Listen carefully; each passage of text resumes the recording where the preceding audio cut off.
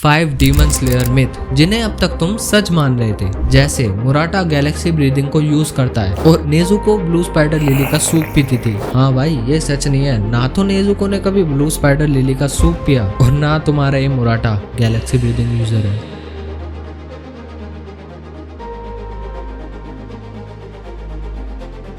तो नेजुको ने कभी ब्लू स्पाइडर लिली सूप पिया ही नहीं। हाँ, ये सच है। ये सिर्फ फैन मेड थ्योरी थी कि नेजुको की माँ उसको ब्लू स्पाइडर लिली का सूप देती थी, जिस वजह से वो सनलाइट को कॉन्कर कर पाई। ऐसा कुछ भी नहीं है। ये सिर्फ फैंस द्वारा बनाई हुई थ्योरी है, जो कि इतनी वायरल हो गई कि ये असली लगने लगी। बाकी अगर आपको 5 रीजन जानने हैं कि क्यों नेजुको सनलाइट को सर्वाइव कर पाई, तो आप मेरी ये वाली वीडियो चेक कर सकते हो। So back to the topic. Nezuko की माँ सिर्फ लोकेशन जानती थी कि ब्लू स्पाइडर लिली कहाँ उगते हैं, दैट्स इट। तो ब्लू स्पाइडर लिली एक ऐसा फ्लावर है जिसकी वजह से मुजान डीमन में कन्वर्ट हुआ था और उसे इतनी ज्यादा इमेंस पावर मिली थी। तो मुजान उस फ्लावर को इसलिए सर्च कर रहा था ताकि वो अपने सनलाइट वाली वीकनेस को ओवरकम कर सके, और इसीलिए उसने अपने अपर मून डीमंस और बाकी अदर डीमंस को लगा रखा था कि भाई ढूंढो। बट इसकी लोकेशन कुछ गिने चुने लोग ही जानते थे, जिसमें से नेजुको की माँ भी थी।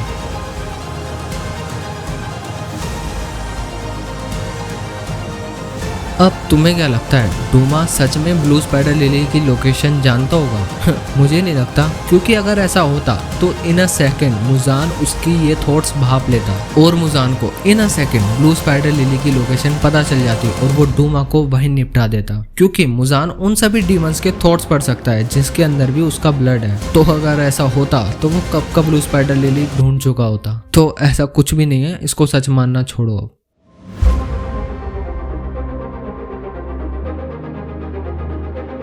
तो मुजान की आइकॉनिक वॉक हम सब ने देखी है, काफी ज्यादा वायरल भी हुई थी। बट क्या तुम्हें पता है, उबियाशिकी के घर में जैसे ही मुजान एंटर करता है तो उसके अंदर से स्टीम सी निकलने लग जाती है, जिसको हम सब ऑरा समझ रहे थे या फिर कोई इफेक्ट एनिमेशन का। बट ऐसा नहीं है। तो हमारे मास्टर का घर विस्टीरिया फ्लावर से घिरा हुआ होता है, जो कि एक ऐसा फ्लावर होता है जिसके पास अगर कोई आम डीमन जाए ना तो वो वहीं निमट जाए। बट सोचो, जो घर इतने सारे विस्टीरिया फ्लावर से घिरा हुआ है और मुजान उसमें एंटर कर रहा है, जिस वजह से उसकी स्किन जल रही है और एट द टाइम वो हील भी हो रही है, जिस वजह से वो स्टीम उसके शरीर से बाहर निकल रही है। तो आप देख ही सकते हो कितना आराम से मुजान वॉक कर रहा है, जबकि उसको इतना ज्यादा पेन हो रहा होगा। तो हाँ, ये मुजान का कोई ऑरा नहीं, बट इस सीन ने मुजान का ऑरा जरूर ऊपर कर दिया।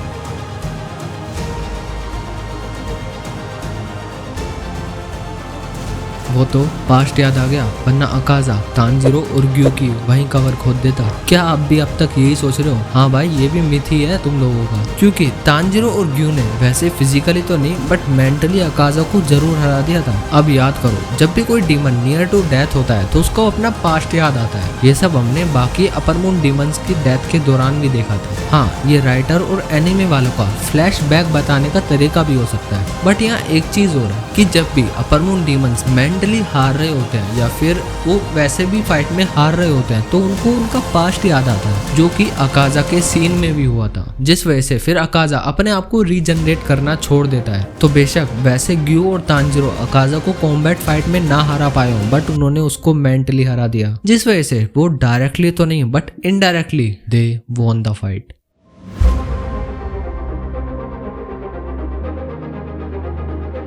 मैंने अभी कुछ दिनों पहले इंस्टा पर एक वीडियो डाली थी जो कि वायरल भी हो गई थी, जिसमें मैंने सभी ब्रीदिंग स्टाइल के नाम और उनके यूजर्स के बारे में बताया था, जहां पर बस मुराटा मुराटा मुराटा मुराटा मुराटा मुराटा मुराटा बस यही था। और मैं थक गया था भाई लोगों को बता के कि ये फैन मेड थ्योरी है, और इसी वजह से तुम लोगों ने मुझे मजबूर कर दिया ये वीडियो बनाने के लिए। हाँ भाई, मुराटा कोई गैलेक्सी ब्रीदिंग यूजर नहीं है, बल्कि ऐसी कोई ब्रीदिंग स्टाइल ऑफिशियली एग्जिस्ट ही नहीं करती। टोटल 14 ही ब्रीदिंग स्टाइल है, जिसमें गैलेक्सी ब्रीदिंग कहीं आती ही नहीं। और अगर मुझ पे यकीन नहीं हो रहा तो गूगल कर लो। तो आई होप मैं तुम्हारे सभी डाउट क्लियर कर पाया हूँ। बाकी अगर मन में अभी भी कोई डाउट है या कोई मिथ है तुम्हारे मन में, तो मुझे कमेंट्स में जरूर बताना, ताकि मुझे भी मेरी वीडियो का टॉपिक मिल जाए और तुम्हें तुम्हारे सवाल के जवाब। तो मिलते हैं अब नेक्स्ट वीडियो में। Okay bye.